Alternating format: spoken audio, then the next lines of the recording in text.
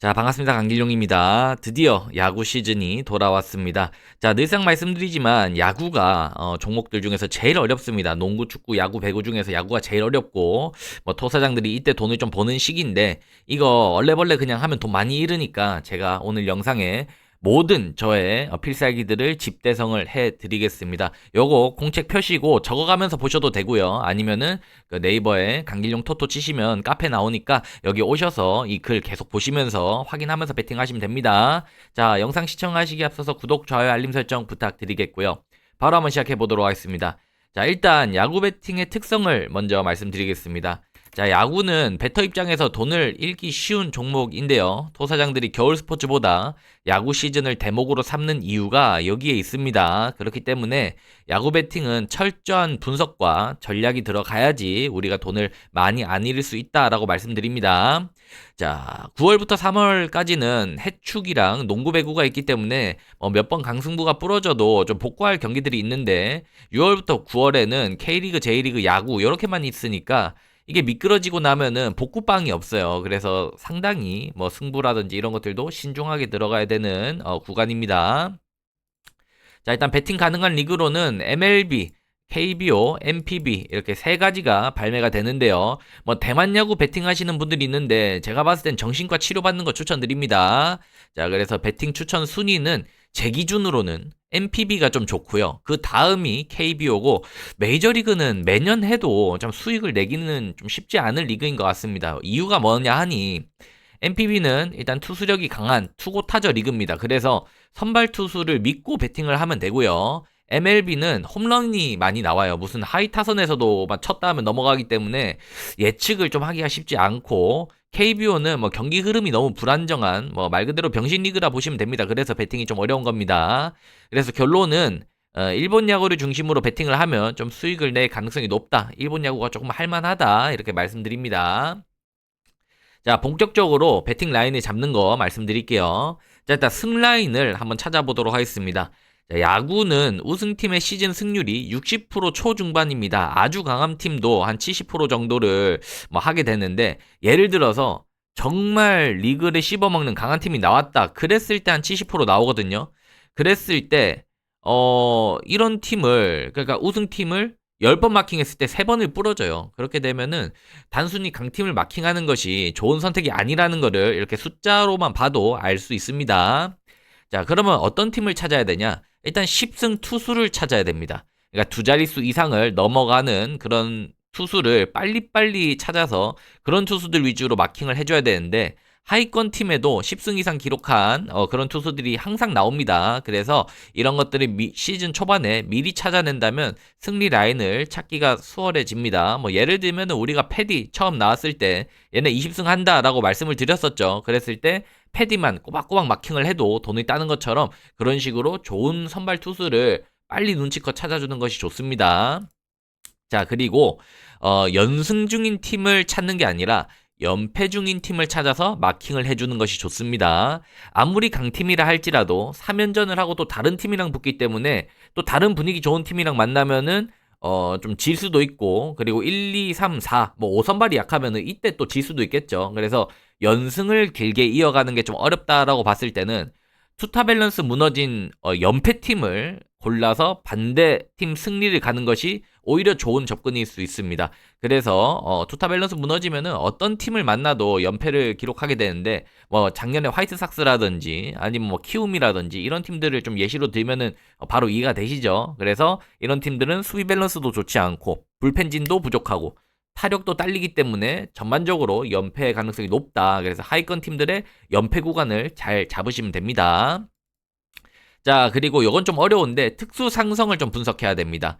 투수의 특성과 구장의 조합 이런 것들을 하면 좋은데 장타 허용이 많은 투수는 좁은 구장에서 불리합니다. 왜냐하면은 당연한 얘기겠지만 장타가 많이 나오는데 구장이 좁아버리면은 홈런으로 연결이 된단 말이죠. 아니면 펜스 맞고 장타가 된다든지.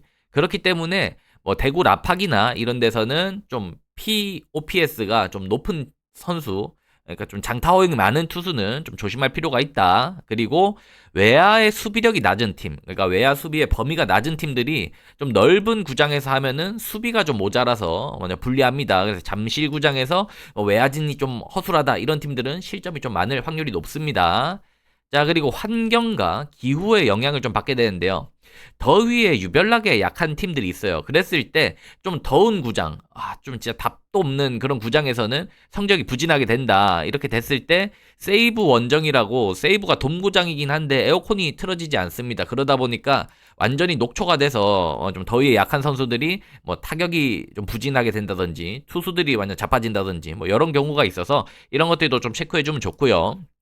뭐 좌우 상성, 팀 간 상성 뭐 이런 것들 세부 데이터를 보면서 마킹을 해야 되기 때문에 이런 거를 모르고 배팅하면은 좀 코베이는 경우가 많습니다. 그래서 이런 특수 상성들은 제가 야구 시즌에 다 잡아드릴 테니까 저한테 와서 도움을 받으시면 됩니다.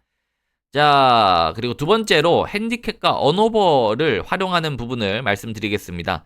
자, 야구 배팅에서는 단순 승패가 아닌 뭐 핸디캡과 언오버 활용을 좀 해줘야 되는데요. 자, 핸디캡 활용은 일단 마핸 배팅부터 말씀을 드리면 선발 투수의 차이가 컸을 때 약팀이, 그러니까 약한 선발이 나온 팀이 초반부터 실점을 하면은 빨리 경기를 포기하고 피승조를 돌리지 않고 패전조로 운영을 하겠죠. 그렇게 되면서 점수차가 더 벌어지게 될 것이고, 좀 이기고 있는 팀은 뭐 실점을 좀 하게 되더라도 선발 투수를 조금 더 길게 가져가면서 뭐 불펜을 아낄 거기 때문에 자연스럽게 핸디가 좀 형성이 되는 구간이 있습니다. 그래서 마인 배팅을 좀 적극적으로 이용을 해줘야 되고, 프렌 배팅도 좀 좋습니다. 타격이 약한 팀이지만 좋은 선발 투수가 나오는 경우에는 뭐 지더라도 1, 2점 차에서 지기 때문에 프랜승을 마킹을 해주는 것이 유리합니다. 뭐 예를 들면은 주니치의 뭐 다카하시 히로토가 원정에서 나왔다라고 하면은 역배를 받게 되는데 이런 경기들은 프랜으로 적극 공략을 해주면은 좀 큰 돈을 딸 수가 있습니다. 그리고 또 반대로 얘기하자면은 타격이 좋은 팀이 아니라 이건 좀 일본 야구에만 좀 한정되는 내용이긴 한데 타격이 좋은 팀이 아니라 뭐 투수가 압도적인 애가 나와서 오늘은 뭐 이 팀을 마킹을 해야 된다라고 한다면 그런 경우도 막 1, 2점 차에서 경기가 쇼부가 나기 때문에 뭐 프렌을 뭐 좀 이용을 해주면 좋겠죠. 그렇습니다. 자, 그리고 언오버를 마킹하는 기준을 보면은 항상 보면은 매 시즌 느끼는 건데 기준점에 겁먹으시는 분들이 좀 많아요. 그래서 기준점에 겁먹을 필요 없이 선발 투수들의 최근 기록을 전적으로 신뢰를 하고요. 기준점에 겁먹지 말고 적극적으로 마킹을 해줍니다. 1선발 대 1선발이 붙으면은 뭐 4.5를 주든 3.5를 주든 언더를 가는 거고요. 5선발과 5선발이 나오면은 기준점이 7.5, 8.5 겁먹지 말고 오버를 가는 겁니다. 자, 그리고 야구 배팅에서의 특이점을 좀 말씀을 드려야 될 것 같은데요. 야구 배팅은 9회 말에 공격을 하냐 마냐 이게 좀 있습니다. 말 공격 시에 점수를 리드하고 있으면은 공격을 안 하고 끝나죠. 그랬을 때 이 점을 활용을 해서 마킹을 좀 해줘야 됩니다.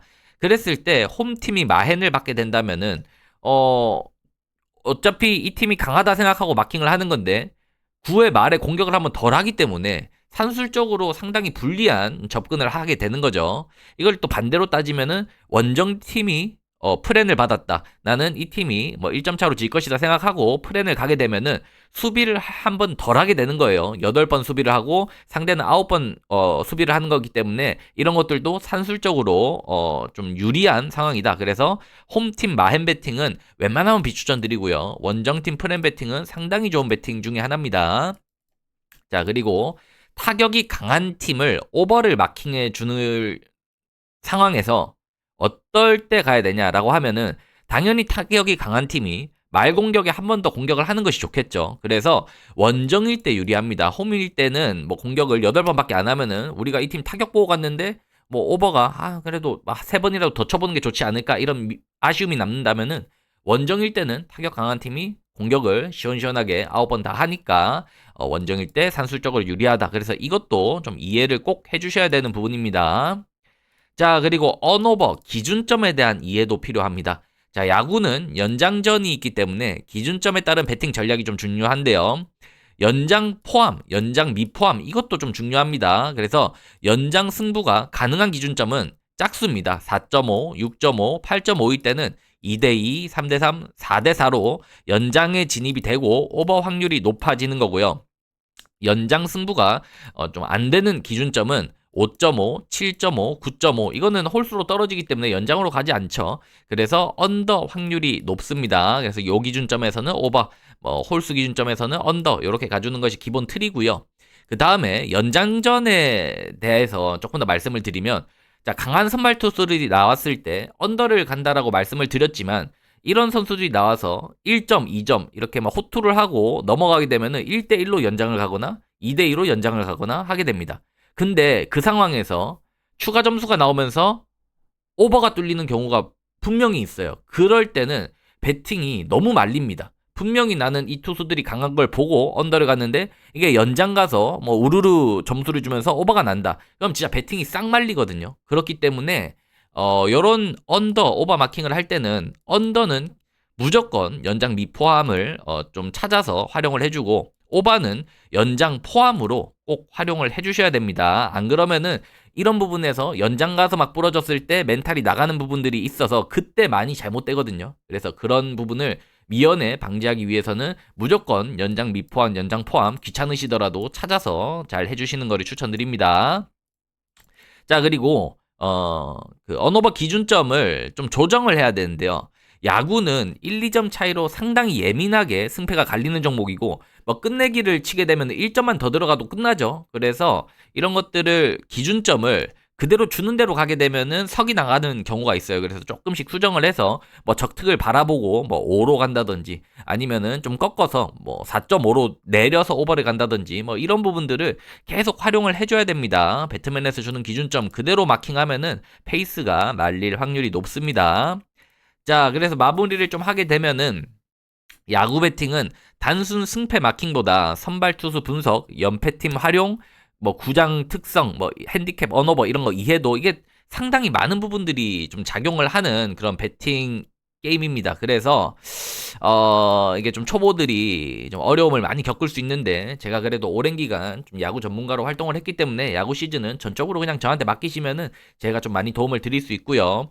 특히나 저는 이번 시즌에도 마찬가지겠지만 일본 야구를 중심으로 배팅을 풀어나갈 겁니다. 그래서 핵심 포인트는 10승 투수 찾기, 연패팅을 활용한다, 특성을 좀 빨리 찾는다, 그리고 핸디캡 언오버 적극적으로 활용한다. 그리고 제일 중요한 거, 언더는 연장 미포, 오버는 연장 포함. 이거 꼭 활용하셔야 됩니다.